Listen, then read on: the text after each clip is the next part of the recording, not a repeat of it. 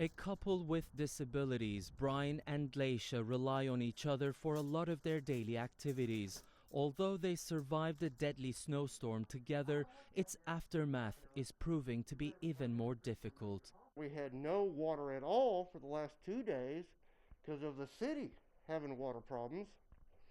And we got online with our local water department, and they had no information at all about any repairs or what to do. It's been very difficult. I even thought about getting snow to bring it in to melt, to flush the potty. That was our next step. Glacia could not cook without water, and getting supplies from the grocery store wasn't easy. I went and I got these, and I got 10 of them. That's what we're living on, okay? The bread was gone, the milk was gone, the biscuits were gone. I mean, everything was empty. It was like an empty grocery store except with the people. So it was hard. Icy roads and dangerous driving conditions had crippled the supply chain, and some of the most essential items quickly went out of stock. Since then, Texas had to airlift bottled water to be distributed in various facilities. Is that okay? More than 1 million units of water will be given out. We recognize that there are a lot of people who simply don't have the means to go into the grocery stores and purchase. They've been hit and having to deal with so much. And then while we're under the boil water notice, that even adds even greater pressure on them. Here in Fort Worth, water treatment plants are fixed and the boil water order has been lifted, but hundreds of repair requests remain.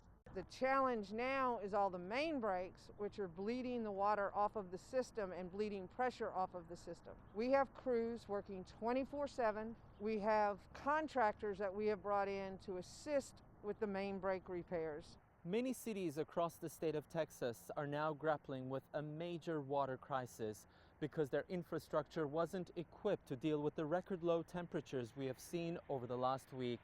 The state is now flying in hundreds of plumbers from out of state because the number of workers they have here in Texas isn't enough to deal with the extent of damage caused by this historic winter storm.